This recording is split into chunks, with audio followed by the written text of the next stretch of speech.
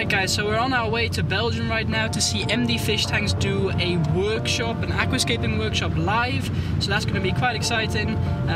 We still got about an hour left on the journey, so I'll pick up the camera once we get there.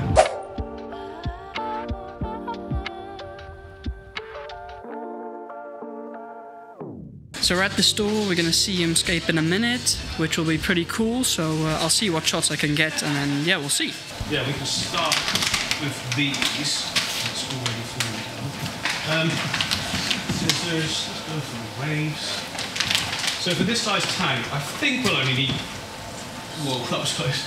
I think we'll only need 2, but we might need 3. I just want to see how it piles up first. Okay, I think we will use 3, because why not? I don't have to pay for it.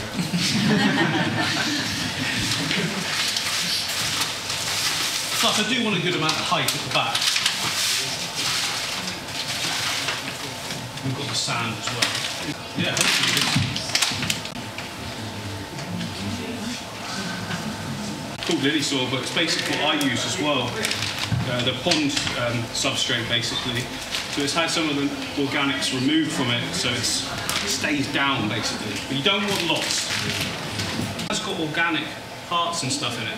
Now, all of that's going to break down underneath the sand and produce CO2. I mean, it's not going to produce a ton like an injected CO2, but any increase in background levels of CO2 in your water is a good thing, right? You could buy a big bag or a couple of bags of aqua soil, like proper, you know, round aqua soil, and just chuck it in, and just that, and then put your plants in. You've got your CO2, 2 bubbles a second or whatever, and that would work brilliantly.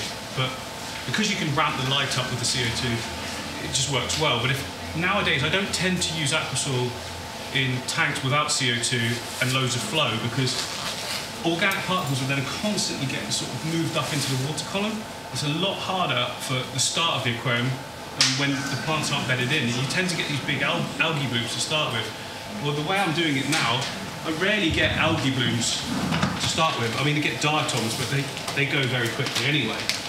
So that is probably enough for this part. I mean, if I had to do it that high-tech way, I could not do what I do now. I could not have as many tanks as I have now. It's just not possible. So I might do maintenance in like a big tank once a month.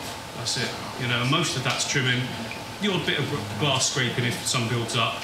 But I often view a tank that's getting a little bit of that green spot algae on the glass as one that's actually in a pretty good balance, because that normally means that the plants are really growing as well. There's just enough free available nutrients in the water column that a little bit of algae can grow. If no algae is sort of there, I mean, you've kind of hit a jackpot.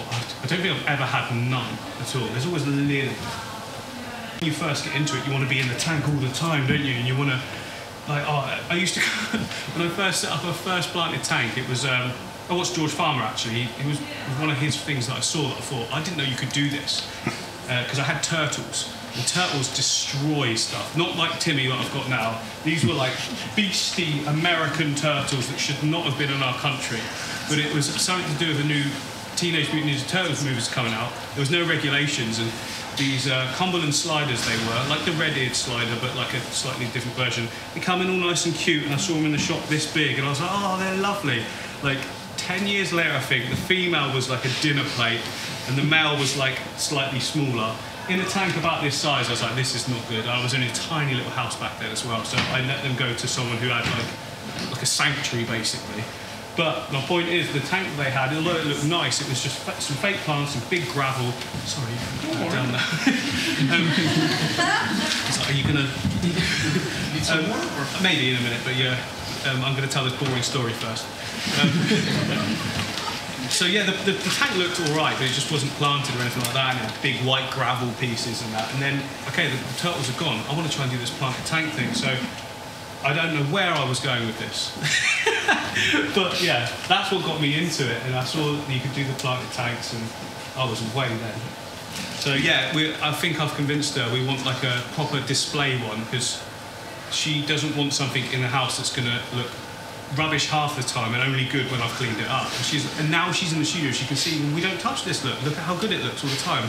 Like my Mabuna tank, like it's not got any plants in it, but it also looks always clean, the substrate's clean, don't do anything to it, and she likes that. Okay, it will look good all the time. She's very prim and proper, whereas I'm like, nah, whatever. So we complement each other quite well. These are interesting. Root sticks. I think it's more sort of like iron based, clay and iron. Yeah, clay sticks. We'll chuck it in, because why not? I've got the pool filter stand, which you guys got. All this stuff we're using is here. I didn't bring anything apart from some. I bought this, which is a reactor, which you've probably seen, just to speed up the process a bit. But I put enough sand in so that when you put plants in, the roots are still in the plant, in the sand, and then they can make their way down to there. Because sometimes if you push into the nutrients with the plant, it melts from just above the roots. That area just is a bit more sensitive to whatever, you know, the chemicals or all of this stuff. I might look at a tank one day and be like, oh, I can see like the Echinodorus leaves starting to. They're not looking like they should do. They're starting to be a bit more yellowy or not growing anything like as fast as I know they can. If leaves that you knew were really good on plants and were growing well, start developing algae on them, new ones, not the ones that were on there when you originally put it in, then something's slowing down because the algae are able to take over. At that point, I'd start going right in. I'd do the whole tank as well. Go, okay, this tank is depleted, whatever I put in there. But usually for me, that's not the case, because I've already taken it out and changed it. But there's been plenty of times when I haven't done that, so, you know. So I have learned from experiences like that. It's a tough one with me, because I love making the tank. I just love making it and developing it. When it's looking perfect, my challenge is done, and I sort of apply that to my life as well, like in business and things like that. I have several businesses now, because as a result of all of this, but what I find is the bit of chasing it all is the funnest part, and when it's finished, it's like it's not as exciting as when it was happening, because it's achieved, it's done, and I'm like, okay, next one. I want that feeling again of yes, we're winning. The actual when you've won, it's kind of like, oh, okay.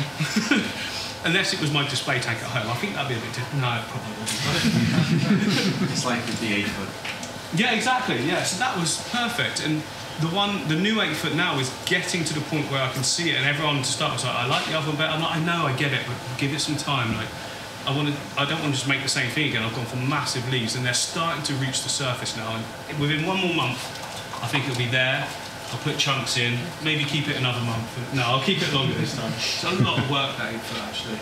Not to maintain it, to build. It's like that's a week of filming and doing everything. So. What time are we at? How slow? Oh, 10 minutes, that's all right. Yeah, I'll chill out with it. Well, this is quite good, because usually I'm doing this and I've got to go back to the camera and check the lighting's right, because when you go from dark to light, the camera hates it.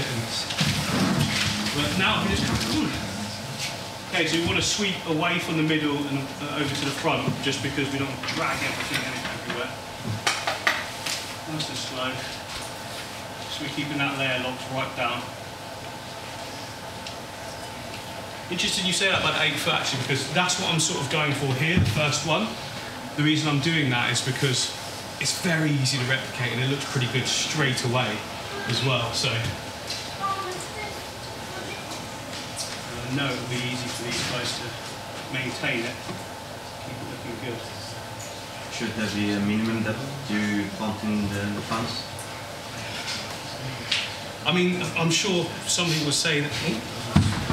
I'm sure some people will say that there should be, but I've found that sometimes I've had barely any, and it's done great, and then other times I think there can be too much, for sure, because I've had tanks where I did a layer like this, and then I want more at the back, so I put more for more height, but I still planted to the same depth, and those plants melted back before new growth came, like for ages, and all that was is the root system was nowhere near the nutrients, and being a new tank, there's nothing going into the surface and everything like that. So I would just say like that depth there is ideal. If you can get that across the board, then I think there's plenty. Just want to make sure I'm not too deep. A little bit like sort of fiddling around to start with. Once you've got it, you're done then, aren't you? But yeah, right, so hardscape time. So I picked out this. What's this wood called again? Who knows? I'm not good with names of things. Yeah. That's it. It's a lava. It's a lava. One MD point. You're in the, can we get a leaderboard going, please? What's your name? Andy. Andy's in the lead. Okay, so yeah, I picked this wood because it's different to the one I used in my 8-foot, which is like the, you know, the thicker, more spiky, crowny type of stuff. Also, it had lots of it, and that's gives me more options basically. There was some bigger pieces and whatnot, which would look great coming out of like a tank without a lid on. Which I suppose you could take the lid off this, but you won't, I guess. But probably. So yeah, I picked that wood because there's lots of it available, so there's more choice. And upstairs they've got like a little dojo area. So I would suggest that if you want to make a hardscape, or you know the size of your aquarium obviously, so you can go up and try it. It can be a bit daunting, I guess, because you've got to do something in front of people that are potentially looking around. But don't worry about that, who cares? Don't worry about them. There's nothing worse than getting back to your home and being like, oh, this actually doesn't look good in my aquarium. And one of the biggest things I see are people who message me, they say, can you look at my aquarium, or on Instagram or whatever, they say, do you like what you've done? I'm like, I like what you've done, it's just too small. And that's always seems to be the recurring theme. It might be a cost issue or whatnot, I don't know, but like say you've got a tank that's 60 centimetres and they wanted to do an island composition in the middle, well that would be somewhat almost perfect, but it's actually that big in the middle. You know, with a few stones around it, you just get the bigger stuff. If you just chuck big stuff in, it always looks good. I don't think you can have too big hardscape unless you can't close the lid or something like that. So I just picked these up. I haven't actually checked yet, so hopefully they do fit. So, okay, we're off to a good start because that fits. I'm just going to stab them in to start with. Just try and get a feel for it. So I'm thinking, if you've got 3 islands, you don't want to go 1, 2, 3. Well, maybe you do, but I think that it doesn't look quite as natural. So look, this is the main largest, or maybe it's not, that one's quite big as well, but we can play around. But anyway, we want one set back, I think, just off centre. We can have one here, and then we can have one further on this side, and it just looks a little bit better for your eyes, creates planting areas as well. Hopefully. Either that or it won't work. That's the beauty of this though, look. We can just keep going until it does look good. And then you're here to help me as well. So, see, for me at the moment, that kind of all merges together a little bit, so I do need to bring this over a little. It doesn't matter if it does merge together, that might look quite cool as well. It looks like a forest at the moment. You have to be adaptive though, like more often than not, even when I'm doing it, the plan in my head isn't what's coming out, so you just got to change it up as you go along. Stickers on this, so I've got to take those off. Looks quite cool. But we could say, see how this stuff's going that way. We could probably bring this across a little bit, so there's a bit more angle there. And then we could make this the opposite way, but more in front of it. And then it kind of, I think that kind of works a little bit better. The thing is, like, you could spend hours and hours trying to fiddle with this, and if that's what you're into, then do it, because whatever you get enjoyment out of. But I find that once you've got your structure and your frame there, the plants will make it look amazing anyway, and nature is better than me at it, so I just stick them in and let it go, and give it a month, and everything just looks amazing anyway. So, yeah, we could sit here and fiddle with this for ages, but I think that looks quite good. Anything anyone else would suggest to do different, or, you know? Because I'm not a pro at this, I just do what I think looks good, and I quite like how that fills the whole area up. We've got plenty of space at the back, we've got plenty of space here for planting, foreground. And I've just found some soil that I left there, which isn't a massive problem, but I might as well take it out. There we go. Yeah. So obviously the lighting won't be there either. It will be there. I think it works. Why not? Crack on. Don't mess about. Like half the time I'll be like, okay, that's good, I need to move on. It's about 80% or something like that of how amazing I think it probably could be.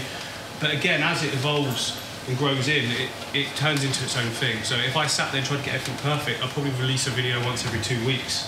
Okay, now I've got to take the stickers off because I forgot, and I've done that so many times in my videos, and every time people are like, you left the sticker on! Which doesn't matter because it doesn't hurt the water. But you can just hide it with the Nubius or what have you. So they will obviously float up, so we need some rocks. Now, I don't know if I'm going to use all of these. But I basically want to create 3 hubs that wrap around it, then with some details off of those. I've deliberately picked a range of sizes, not too big, but this sort of size is perfect because you can interlock. And the reason I use cereal stone is because there's so much of it, and they had a lot of the smaller ones. And when you place them together, you can't really tell that they're not one. So it does hide stuff like that, make it a lot easier. It's not crazy expensive. I mean, my favourite rock to use is the river pebbles. I just absolutely love it. I think it looks so natural. Everyone can get it, you know. You're not supposed to, I don't think. So I'm not condoning you go to a river. But again, I think that all serves the purpose of aquarium shops, because if people can go and have a great tank by being resourceful, eventually they're going to go, okay, I know I can do this. I'm going to go and buy those special rocks that are like dragon stone and things like that. Because I know when I started, I didn't have any sponsors or anything like that, and I had to find ways of being able to do this that didn't just completely cripple. We had no money at all. Like every month, like it's just done. Like that's it. And I kept bringing home these tanks and plants and things, and my wife was like, what are you doing? And I'm like, it's okay, people are watching it. Wasn't any income or anything from that then. And then I started to get like £10 or something every like few days, and by the end of the week, after a few months, I had enough money to go like buy another tank. She's like, why are you buying tanks? Just give it some time. It's in at the base, so the points are touching the wood just because we want an area to be able to glue onto. It doesn't look especially great just like that, but you know. One thing I noticed recently is there's a guy on Instagram who I met actually in America, Aquascaping Rhino. I don't know if you know who he is, but he goes around like in the woods, takes photos, and then puts a white box, like a tank, around pieces of nature. And I remember looking at one of them and thinking, oh, that doesn't follow any of the golden ratios or anything, but it looks amazing. And it's like, do we really need to worry about it that much? Once it's all grown in and full of plants, it's going to look good no matter what sort of shape you come up with. The key is always just the plants for me, which is why I always say just keep planting more and more and more and overplant it until everyone then starts messaging saying, you covered up all that beautiful hardscape every time. I don't start off thinking that, but you know, it always ends up that way. They offer these solutions. Obviously they're quite pricey because you're paying for the convenience, aren't you? But it looks like bits of slate and then different coloured gravel and things in there. And they've also got this as well, which I thought was really good.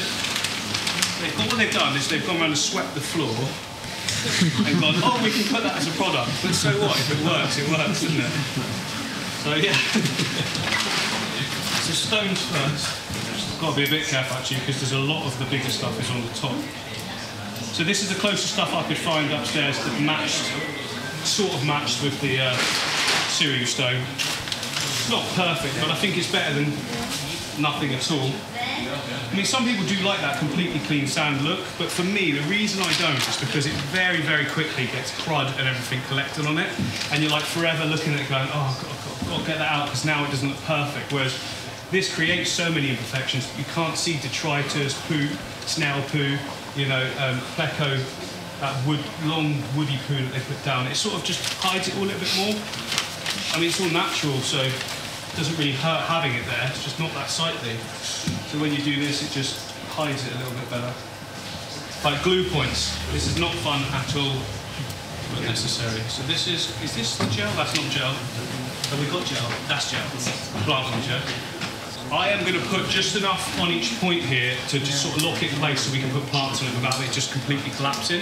But I think if you guys can tomorrow before you move it, just go around anywhere you can see extra points and just get them on there, because it should be alright like this. I don't think that's going anywhere anyway. That one will. I don't think that one will. That's pretty locked in, but we don't want to chance it. But yeah, just go around, find some contact points.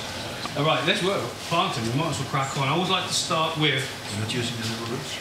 Yes, I will do. Yes, right, yeah. I was going to do it after the. No, you're right. Thank you. Completely forgot that they were here. Yeah, so I'm not going to sit and stick all of these down. So that's going to be your job tomorrow. And you do need to stick everyone down just with the plant stuff. It's fine. That stuff is proper curly and twisty. So. This is good though, it's all working out alright. Well, you can see it just makes a hell of a difference to that foreground and instantly makes it look a lot more natural, especially with this kind of foresty look. It just brings another layer to it. Some of them you'll find get like the weird sort of fungusy thing on them. Yeah. But it comes off. But just don't pick stuff that's not dead. You know, if it's whippy, then it's probably still, you know, quite sort of like, it's not dried or hard or anything like that. I've used so much stuff outside, like especially back when I started to try and find ways of making stuff look natural that didn't cost me money. I've used everything, to be honest, like literally. And Yuri said to me, I don't know if you know him, he said that people in like Germany and, you know, Belgium and the Netherlands are very, very like scared, if anything, to use stuff from nature because of contaminants and things like that. But like, I don't know whether he was generalising there, but I find that the opposite. I'm like, if it's in the woods or in a river system already, it's pretty good. But then I do live literally on the edge of Exmoor in Devon, which is like, there's no industrial stuff or anything like that there. So, so look, I got into all of these mother ones as well because I recently got some of these in for one of my big tanks. So I was like, I didn't even know they would be that amazing. So in a big tank, something like that is just going to be perfect centerpiece. And then we've got a larger Java as well, and then lots of smaller versions of each. Then I've got like all of the stem plants, like variety. No, not all of them, but there's quite a lot there. But yeah, I'm going to start with this piece. I love Bovitis, especially this. This is Aquaflora for sure. Oh, look at that! I knew. It is. So, takes a bit of prep work. I'm just going to rip it off. And now it's selecting the area that we want. And the light will obviously be across. This is, oh, it's a Chihiros light, by the way. I don't know what now. I don't know what one. It's a universal. But they're good. It's a universal. Yeah? Okay, yeah. Yeah, because it's got... It's the first one you can in a Substrate as well. Oh, okay. Oh, because it's got the sliders. Yeah. Is it old or new? Or is that it's a new one. It's new. the first one. It's the first one to use in a caps tank. Okay, yeah. I mean, I think they're great lights. Right, where do we want our Bovitis? Because looking at it there, I'm visualising this spot here.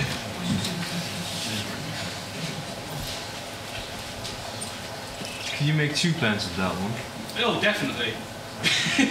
Am I gonna? I'm gonna have to, because that won't fit. But yeah, I'm gonna have to split it in, not in half, because I still want one main focal point. But I want it to look as one, but I can just split it in half exactly down the middle.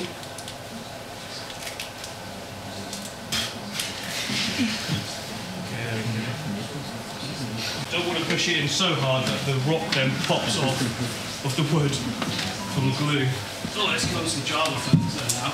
So I deliberately picked some of the smaller ones because I don't want all just big Java ferns. It will look weird if they're all like massive, tall Java ferns dotted all around. It looks kind of weird, so I went for smaller stuff as well and just creating different textures. You can actually glue sticking very quickly. Just there.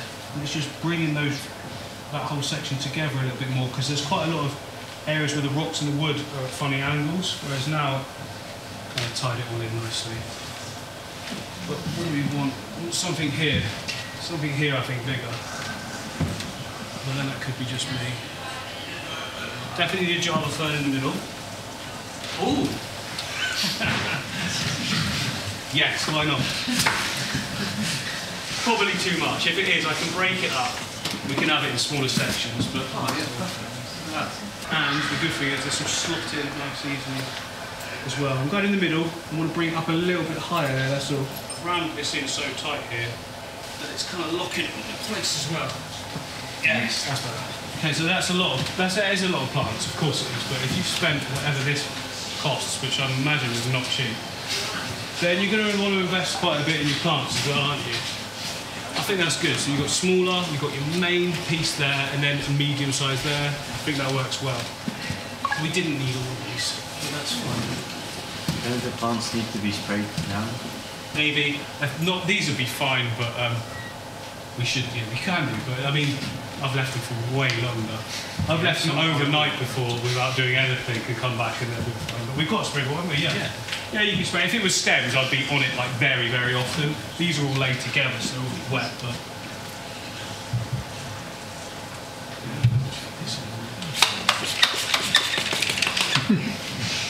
There we go. Oh, this is good. I want one. Did you sell these? Yes. I'm taking mine home. My one's actually broken, and every time I give it pressure and like go home, I come in the morning, the whole bottle's on the wall, on the floor, and I forget every time. Oh, I like this. A little.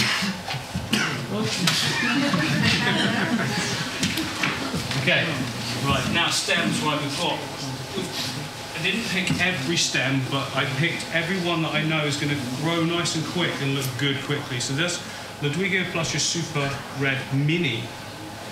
I mean, it's mini now, but surely it isn't when it grows. But I think the leaves do stay a little bit tighter and compact. But anyway, and we've got Rotala orange juice. We've got Agostum erectus. See, I do know the plant names. Take it right front. What's that one? Oh, Rotala Willichi as well. Yeah, and then I'll save those because we've also got foreground plants. So we've got Liliopsis. Is it Braziliensis? No, they don't do Braziliensis. I think it's Novia Zealandia.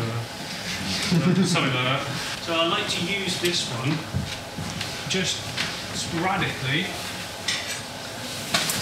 just dotting it around the edges of the islands, because it's quite slow growing, to be honest. Especially, have we put the CO2 on this? I think we've yes, we will. Which it doesn't need to. Like, this would look great without no CO2. Without no CO2, that's double negative. This would look great without CO2, but it will look fantastic with it. So that's how it works.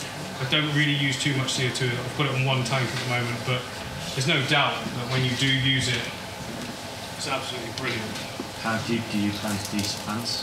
So I'm trying, as I'm pushing in, I'm trying to visualise how deep I did the substrate, which was like that, and I'm just trying to go in like that, just to give it enough so that it's on the borderline, and then it can grow into it, rather than pushing that area there into the high. Like, I think I'd be fine either way on this one, because I didn't put too much of that soil in and too many different nutrients and stuff, so I think it'd do alright either way. But yeah, just aim to put it in the sand only. And when I plant, I push in, and I'm letting go underneath, and pushing, squeezing down. So when I come out though, it just stays there, because I used to just go like that and it come back out straight away, and that was really annoying. So I had to learn how to not do that. I mean, sand is so much easier to plant into anyway than, say, like, even aqua soil. Depends how deep you make the soil and that, but oh, these are thick. So do you prefer potted plants or in vitro plants? Depends. So like if I want, because obviously I'm making content and I need it to look big and great straight away, otherwise I'll have a load of tanks sitting around for 3 months waiting for them to grow and nothing going on. So I like to use potted plants for anything that, like ferns and things like that, obviously, Anubias and that, but foreground plants usually I'd use in vitro, which would be like any glossostigma, hairgrass, Monte Carlo. I use the easy grow ones because you actually get more in them than in the pot. It doesn't look like it when you're looking at it, but when you start breaking them out, because they're compact in there, and then there's actually more. Also, they seem to grow and take off faster as well, provided you've got enough nutrients, because they've been grown as such a nutrient-dense liquid that sometimes when you transfer them over to something that's quite like bare, they don't do well. But as long as you've done, you know, a nutrient system, or you use an aqua soil, they seem to do well as well. Also put your fertiliser in straight away, because even the leaves can be picking up nutrients, they should be doing pretty well. But yeah, so for instance, I always use potted plants of this one, the Liliopsis, because it always comes like that, nice and big. And this is like the second pot, and we're already getting loads of really good areas. But if I was doing tanks at home, without filming them, I'd probably just get mostly the in vitro, just be a bit more. No, I wouldn't. I like to think I'd be patient with it, but I wouldn't. But I would get more of them. So yeah, so I've got green. I've got a green this side, so I was kind of going for like a greenish that goes out to colour each side. Okay, we've got Crickbalance here as well. I remember picking that out now. So that gets big, brilliant. But you always want to put it where the flow outlet is, because obviously when it goes across the water, it can come across the top. That's going to create a really cool canopy as well. So diffuse the light a little bit, make it look a little bit more natural. It's very good instead of floating plants, but obviously it's going to take some time to get to that size. But you guys are going to be on it anyway, so you'll be fine. Now crypts are notorious for pretty slow growth, as you know, compared to stems, but this stuff isn't. This can go very quickly. So I'm going to put both of them down this corner. There's an inlet here. I'm going to put it near that. It's not on it, but you know, near it. Probably get 10 more pots, to be fair. We can do that. We could do that another day. Not a date, but later on or something. But yeah, just step back and have a look. It's hard to tell right now because obviously I've got the water in, but obviously every plant is going to be upright in the water, so that should look good. Covered all the areas there which are growing themselves over time. I think that worked. And we're done. I'm going home. No, I'm still here for a few days. No, one day. But yeah, any questions at all, guys? Your maintenance crew and your animals, like my maintenance crew. Yeah, like. Oh, sorry. Yeah, you mean males? Yeah. Kate. I thought you meant like every morning. No, you clean up crew. Yeah, but the maintenance crew and your animal choices, is that a fixed one for all your tanks, or do you vary a little bit? So from here. Number one for me is snails, is ramshorn snails, because they're breeding ready for me. So there's nothing extra I need to buy. They breed prolifically, they limit their own numbers based on availability of food. So I like that. I like if there's more in the tank, then you know this tank's producing a lot of waste, or I'm overfeeding the tank or something like that. So, but yeah, those, and then I like to use amanos for like carpets. But it depends what fish you've got with them, because some fish can't eat them. I used to think you have to have amanos and you have to have bristlenose to keep the tank clean, but that's not necessarily the case, I found out, because that was always like what worked at the time, and I thought that has to be the way. Like quite a lot of people do that, don't they? Like, this is the way because it worked. No, there's loads of ways. But like, so my 8 foot now, I've got like 2 tiny bristlenose in there for this massive volume of water, and still there's no algae on anything. Well, they can't be cleaning all the algae in there, so it's got to be the snails as well, so it's a bit of all of it. But bristlenose, amanos and shrimp is what I mainly go for. But if I know I've got a fish like my Congo puffers, they would probably, I haven't tried it, but rip the amanos to shreds. They'd just see it as something cool to chase and hunt. Whereas the bristlenose I put in there, they're absolutely fine. Most fish don't really care about bristlenose, do they? They're just like, yeah, they're cool, they'll just munch on wood or something, I don't know. But yeah, I don't see them as a threat, so no sort of fighting. Well guys, that's it. That is basically the whole workshop. You've seen it right by there. Yeah, there wasn't really much more. I mean, there were a ton more questions, but I didn't record all of those. So, you know, and I didn't put them all in because otherwise this video would be like 2 hours long. I'm not even kidding you. But yeah, we're back home. I really enjoyed it. It was really great to see him scape and everything. I had a good chat as well, so that's cool. So there might be a few bigger things to come in the future, you know, maybe do a tour of his place and things like that. So definitely subscribe, you know, to stay tuned for that. But I asked the guys over at the store where this was in the Vase Aquarium in Vijverwinkel in Belgium, and I asked them if they would send me some videos of how the tank is doing, and I do have those. So this is about 5 days after he scaped it. Yeah, I've got a few clips, and yeah, I'll just roll those now. But anyway, thank you for watching. I appreciate every single one of you. Definitely subscribe down below. Also give this video a like and leave a comment as well. And yeah, I appreciate you guys watching. But have a look at these clips, and I'll see you guys next time.